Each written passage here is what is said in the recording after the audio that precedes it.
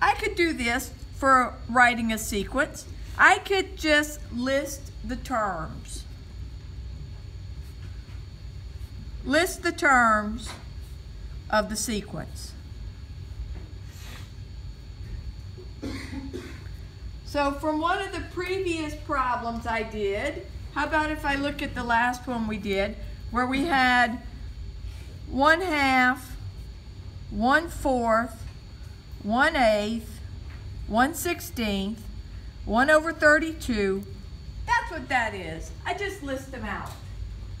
And I like to list enough that you can see the pattern. I could do this.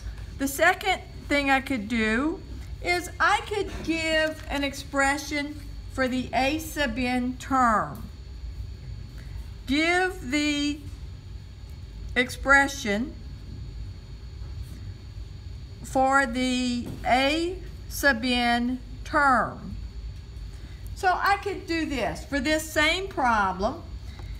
Find out what a sub n is and write a sub n equals 1/2 to the n, or if you wrote this, a sub n is 1/2 to the n.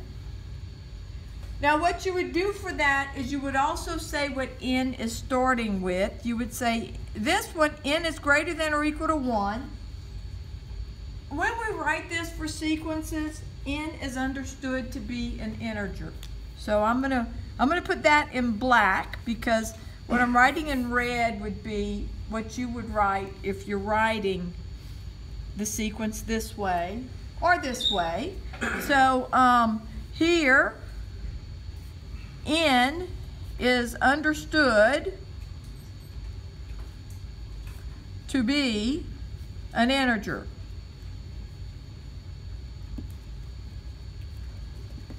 So I would say I'm starting with 1. The first term is 1/2.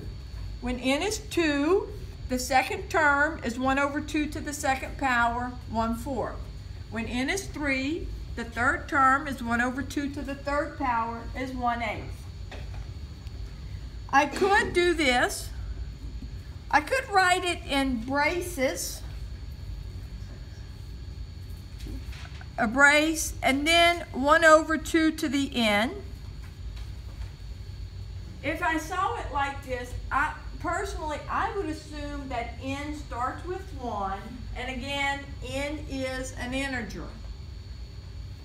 And the fourth thing I have here is really number 3 again. I could use braces, and then on the side, say n starts at 1, and it goes to infinity, where I actually give the starting value for n, and it just goes forever.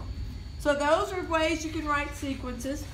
I'm looking in the book at some of these problems, and they've done this. I'll call this number 5.